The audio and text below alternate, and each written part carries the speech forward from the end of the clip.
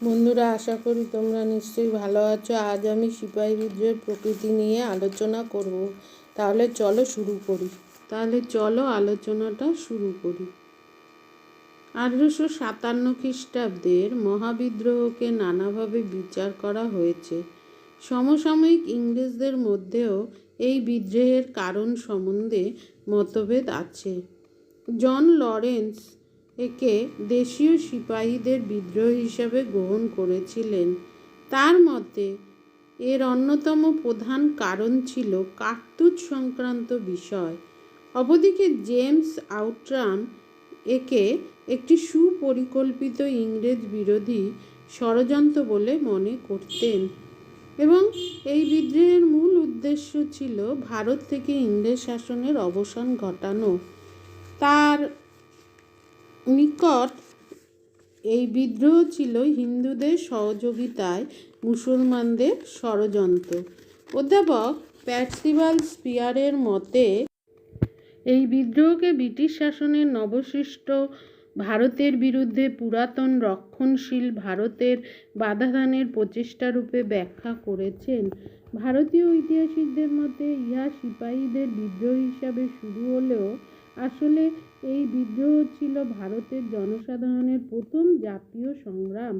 Doctor Surendranath সেনের মতে এই বিদ্রোহ যদিও প্রথমে সিপাহীদের বিদ্রোহ হিসাবে শুরু হয়েছিল, কিন্তু সর্বত্র সিপাহীদের ভিতর সীমাবদ্ধ ছিল না। ডক্টর রমেশচন্দ্র মজুমদার মনে করেন যে এই বিদ্রোহের কোনো একটি বিশেষ রূপ ছিল না। কোথাও এই বিদ্রোহ কেবলমাত্র সিপাহীদের দ্বারা সংগঠিত হয়েছিল, আবার কোথাও এই বিদ্রোহ জনসাধারণের সহানুভূতি লাভ করেছিল। প্রকৃতপক্ষে 1857 খ্রিস্টাব্দের বিদ্রোহ সিপাহীরা প্রথম শুরু করলেও পরে সাধারণ মানুষ এতে যোগ দিয়েছিল। একটি হিসাব থেকে জানা যায়, অযোধ্যায় ইংরেজদের বিরুদ্ধে যুদ্ধে 1.5 লক্ষ লোক প্রাণ হারিয়েছিল। এর মধ্যে 1 লক্ষ লোকই বেসামরিক, সুতরাং এরা সেনাবাহিনী লোক ছিল না। এর থেকেই প্রমাণিত হয় যে অষ্টাদশ ও ঊনবিংশ শতাব্দীর অপরাপর বিদ্রোহগুলোর তুলনায় 1857 খ্রিস্টাব্দের এই বিদ্রোহ অনেক বেশি ব্যাপক ও তীব্র ছিল এবং সেই কারণে একে মহাবিদ্রোহ বলে চিহ্নিত করা যুক্তিযুক্ত। তাছাড়া আমাদের জাতীয় সংগ্রামের ইতিহাসে 1857 খ্রিস্টাব্দের বিদ্রোহকে প্রথম স্বাধীনতা সংগ্রাম বলে অভিহিত করা হয়েছে, কারণ ইংরেজ বিতাড়ন সম্পর্কে বিদ্রোহীদের মধ্যে কোনো দ্বিমত ছিল না। এই বিদ্রোহের জাতীয় চরিত্রকে এই বলে অস্বীকার করা যাবে না যে এতে সকল শ্রেণীর ভারতীয় যোগ দেয়নি। পৃথিবীর কোনো স্থানেই কোনো বিপ্লবেই সকলেই অংশগ্রহণ করে না। ফরাসি ও রুশ বিপ্লব সম্বন্ধেও একথা বলা যায়। এই দুইটি বিপ্লব সফল হয়েছিল, আর 1857 খ্রিস্টাব্দের মহাবিদ্রোহ ব্যর্থ হয়েছিল বলে এর দোষ ত্রুটি বড় করে দেখা এর জাতীয় চরিত্রকে অস্বীকার করা উচিত হবে না। এই বিদ্রোহ ব্যর্থ হলেও এর আদর্শ ব্যর্থ হয়নি। দেশকে পরাধীনতার গ্লানি থেকে উদ্ধার করতে হলে ব্যক্তিগত স্বার্থ ভুলতে হবে। মহাবিদ্রোহ থেকে ভারতবাসী এই শিক্ষাই লাভ করেছিল। পরবর্তীকালে বহু দেশপ্রেমিক এই বিদ্রোহ থেকে অনুপ্রেরণা লাভ করেছিল। হিন্দু মুসলমান ঐক্যের উজ্জ্বল দৃষ্টান্ত হিসাবে এই মহাবিদ্রোহ ভারতের ইতিহাসে চিরভাস্বর হয়ে আছে। আমরা 1857 খ্রিস্টাব্দের বিদ্রোহের স্বরূপ সম্পর্কে দেখতে পাই যে ঐতিহাসিকদের মধ্যে বিভিন্ন মতভেদ আছে। কোনো ঐতিহাসিক এই বিদ্রোহকে প্রথম জাতীয় মুক্তি সংগ্রাম বলে মনে করেন, আবার সৈয়দ আহমেদ, জন কে, দুর্গাদাস বন্দ্যোপাধ্যায় প্রমুখের মতে 1857 খ্রিস্টাব্দের বিদ্রোহ ছিল নিছক সিপাহী বিদ্রোহ অথবা সামরিক অভ্যুত্থান। কিন্তু আধুনিক ঐতিহাসিকগণ উপরোক্ত দুইটি মতের বিরোধিতা করে বলেছেন যে এই বিদ্রোহ সিপাহীদের বিক্ষোভের ফলে শুরু হলেও এটা কেবল সিপাহীদের মধ্যে সীমায়িত ছিল না।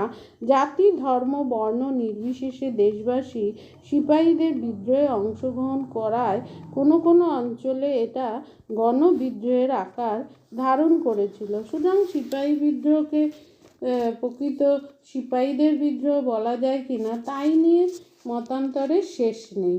বাস্তবিক পক্ষে উত্তর ও মধ্য ভারতের বিভিন্ন স্থানে সিপাহীদের সঙ্গে সাধারণ মানুষও বিদ্রোহে অংশগ্রহণ করেছিল। এমনকি কোনো কোনো স্থানে সিপাহীদের বিদ্রোহ ঘোষণার আগেই সাধারণ মানুষ ঢাল, তলোয়ার, তীরধনুক প্রভৃতি নিয়ে অস্ত্রশস্ত্র নিয়ে ব্রিটিশ শাসকবর্গের বিরুদ্ধে সংঘর্ষে অবতীর্ণ হয়েছিল।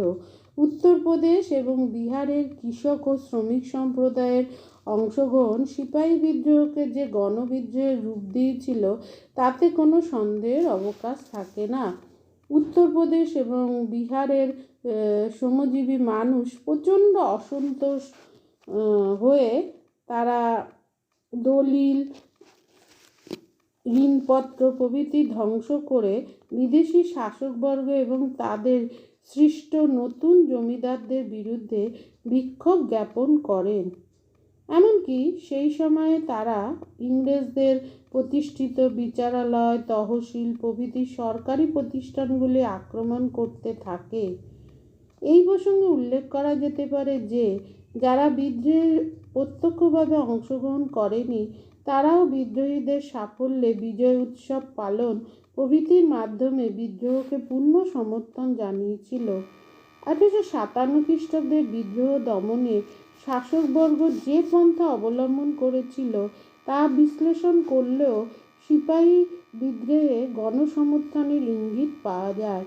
কারণ বিদ্রোহ দমনের জন্য ইংরেজ সরকারকে কেবল সিপাহীদের বিরুদ্ধেই নয়, দিল্লি, অযোধ্যা, আগ্রা, বিহার প্রভৃতি অঞ্চলের সাধারণ মানুষের উপরও নির্মম অত্যাচার চালাতে হয়েছিল।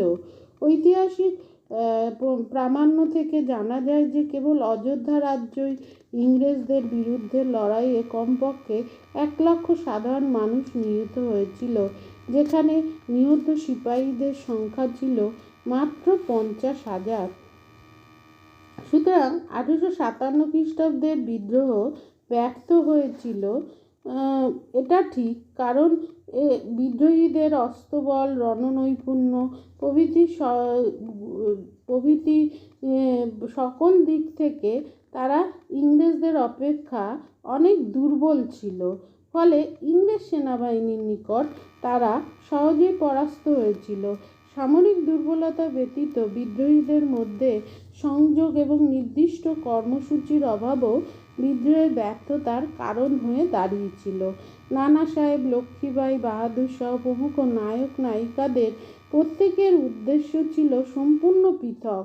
তারা এক একজনের এক একটা উদ্দেশ্য ছিল। যেমন বলা যেতে পারে, নানা সাহেব চেয়েছিলেন মারাঠা রাজ্যের পুনঃপ্রতিষ্ঠা, অপরদিকে বাহাদুর শাহের লক্ষ্য ছিল মুঘল সাম্রাজ্যের পুনরুদ্ধার। বিদ্রোহ পরিচালনায় যোগ্য নেতৃত্বের অভাবও বিশেষভাবে পরিলক্ষিত হয়।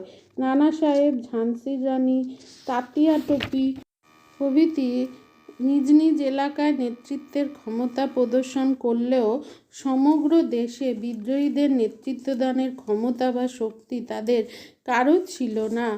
এছাড়া বোম্বাই, মাদ্রাজ, পাঞ্জাব, হায়দ্রাবাদ, নেপাল প্রভৃতি স্থানেও সিপাহীরা এই বিদ্রোহে অংশগ্রহণ না করায় ইংরেজদের পক্ষে আংশিক বিদ্রোহ দমন করা সহজ হয়েছিল। সবশেষ বলা যেতে পারে যে 1857 খ্রিস্টাব্দের বিদ্রোহ মুখ্যত সিপাহীদের মধ্যে সীমিত ছিল। ভারতীয় জনসাধারণের নিকট থেকে তারা সেইরূপ আশানুরূপ সমর্থন বা সাহায্য লাভ করতে পারেনি যতটা তারা ভেবেছিল যে ভারতীয় জনগণ তাদের ব্যাপকভাবে সাহায্য করবে। কিছু কিছু অঞ্চলে তাদের সমর্থন করেছিল, সাহায্য করেছিল, কিন্তু সারা ভারতবর্ষ একযোগে ইংরেজদের বিরুদ্ধে বিদ্রোহে সামিল হয়নি। আজ আসি, দেখা হচ্ছে পরবর্তী